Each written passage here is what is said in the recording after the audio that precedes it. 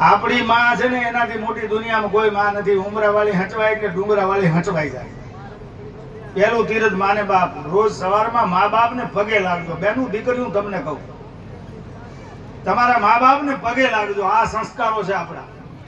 આજે થોડુંક ભણી લે ને છોકરો એટલે એનો બાપો એમ કહે હવે તારે પગે ન લગાય ભાઈ, મોટો થઈ ગયો. એ લાગવા દે, આ લગાડ છે,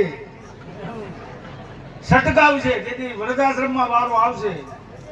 સંસ્કારો તમે કોઠેલ સાપો પારણે સાપરાજ વાળો પડખો ભરી ગયો એની માં જે પકડી ઈ આપણે છીએ. સંસ્કારો હશે તો કામનું, ખાલી શિક્ષણ નકામું છે. ભણી લીધે શું થઈ ગયું? સંસ્કાર નહીં હોય તો. હમણાં જ અમારે એક ભાઈનો ફોન આવ્યો. એક માજી છે, વૃદ્ધ છે ને માનવ મંદિરે મૂકી જવા. મેં કીધું નિરાધાર છે? કોઈ નથી કે કોઈ નથી. મેં તારે શું થાય? ઘડીક મને કોટે ચડાવ્યો. પણ મેં કીધું તારે શું થાય એમ ક્યાં તો લેવું કે મારા પપ્પા છે ને એના મોટા ભાઈની વહુ છે. બોલો, મારી મોટી માં એમ ન કીધું. આવો ભણેલો હોય તો શું કામનો? આજે રોજ ને મૂકવા આવે છે કે અમારે ડોશીમાંથી વહુ કંટાળી ગયા છે એટલે મૂકી જવા છે. આ સંસ્કારો આપણા.